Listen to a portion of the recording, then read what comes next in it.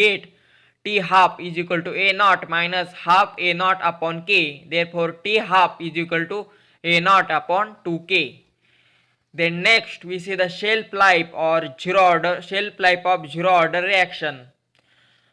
The rate required for the drug to decompose by 10%, that means the 90% of the drug remains undecomposed at T 0.980 is equal to 0.9 A naught. Substituting the value in the above equation, T is equal to A naught minus 80 upon K, we get T 0.9 is equal to A naught minus 0.9 A naught upon K.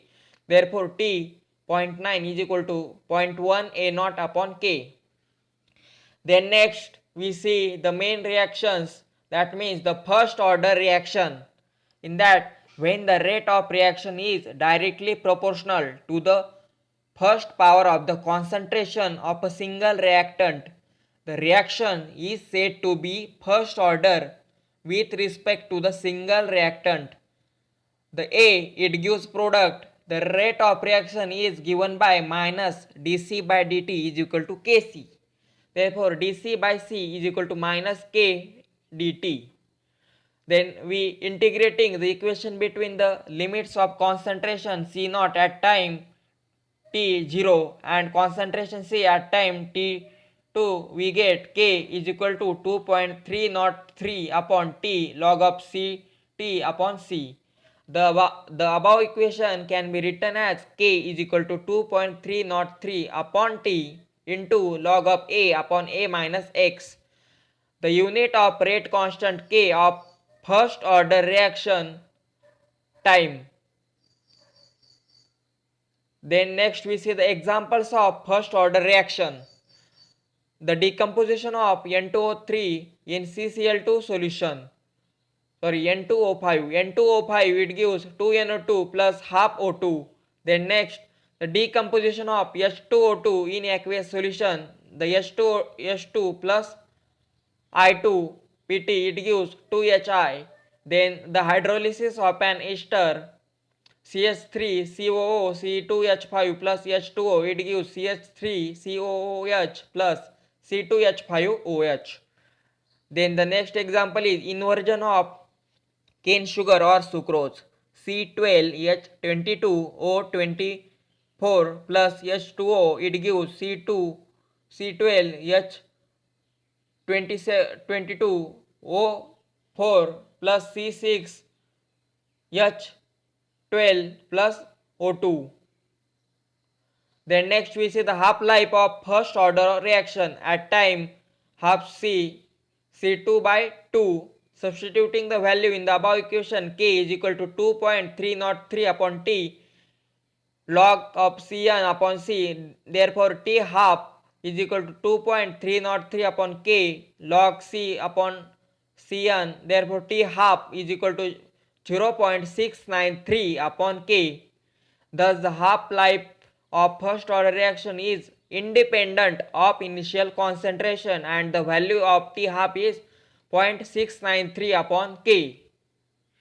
Then next we see the shelf life of first order reaction. Then therefore T 0.9 is equal to 2.303 upon K log C upon 0.9 Cn is equal to 0.1052 upon K. Then next we see the second order reaction. If the rate of reaction is proportional to the second power of the concentration of a single reactant or to the first power of the concentration of the two reactants. Therefore, A plus B, it gives a product. The rate is minus dA by dt is equal to minus dB by dt. It gives K into A and into B. If A and B represent the initial concentration of A and B respectively, and X is the amount of each A and B reacting in time t, the reaction rate is dx by dt is equal to A minus X into B minus X, where A minus X and B minus X represent the concentration of A and B remaining unreacted at time t. If the initial concentration of A and B are equal, that means A is equal to B, the remaining unreacted at time t.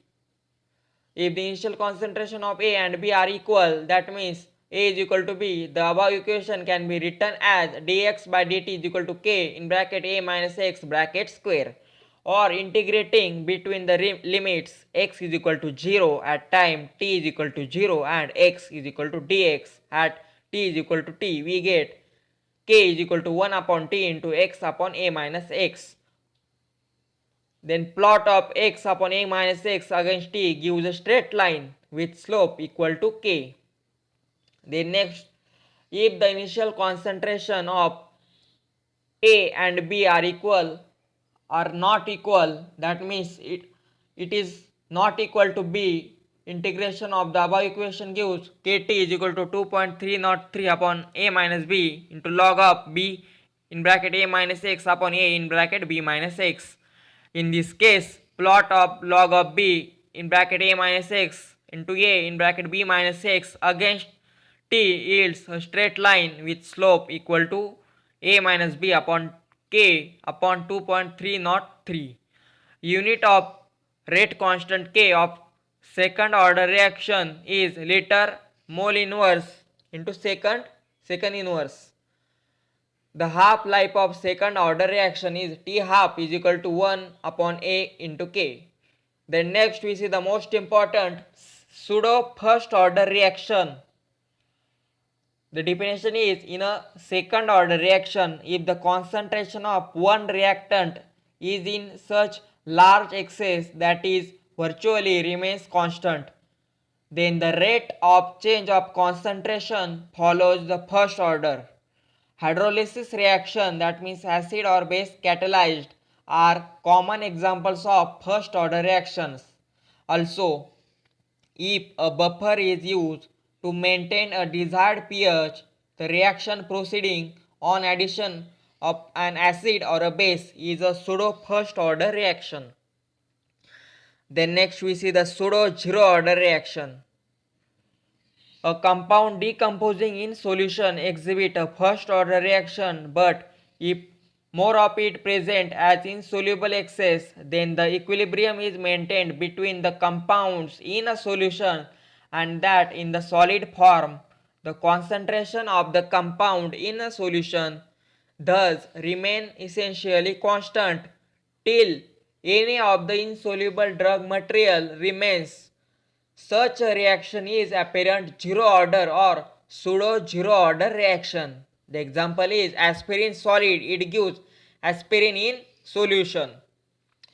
Then next we see the methods for determining the order of reaction. There are three methods such as substitution method, graphical method, and the third one is half-life method. Then next we see the factors affecting rate of reaction. The first factor is temperature. Generally, the speed of many reactions can be increased 2 to 3 times with each increase of 10 degrees Celsius in temperature. The effect of temperature on reaction rate is given by the Arrhenius equation. K is equal to A E raised to minus EI upon RT. And the second factor is light. The photochemical reactions do not depend on temperatures for activation of the molecules, and hence the rate of activation in such reaction is independent of temperature. Mostly UV light and visible light cause photochemical reaction. And the examples are, for example, riboflavin, phenothiazines, chlordiazepoxide and nifedipine, etc. And the third factor is solvent. The effect of solvents on the rate of decomposition of drugs is generally related to the relative solubility of the reactants and the products in the given solvents. Polar solvents tend to accelerate reactions in which the product formed are more polar than the reactants. On the other hand, if the products formed are less polar than the reactant, then the reaction proceeds better in solvents or relatively low polarity. Commonly used in no aqueous solvents are ethanol, glycerol, propylene glycol, polyethylene glycol, and vegetable oils. Then next we see the ionic strength.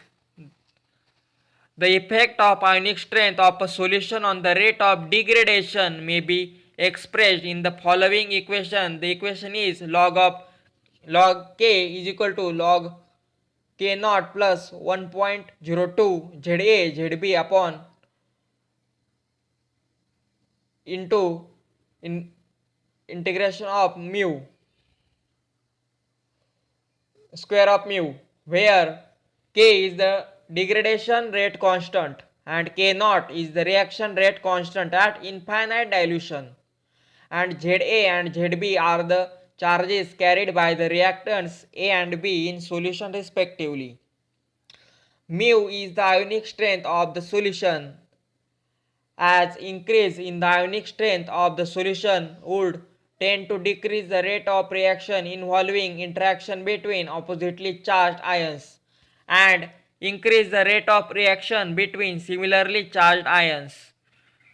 Next we see the fifth is dielectric constant of solvent. The dielectric constant of the solvent has a significant effect on the rate of reaction. For a reaction involving a charged reactant molecules and other ionic species, the effect of the dielectric constant on the gate T half is equal to A naught minus half A naught upon K. Therefore, T half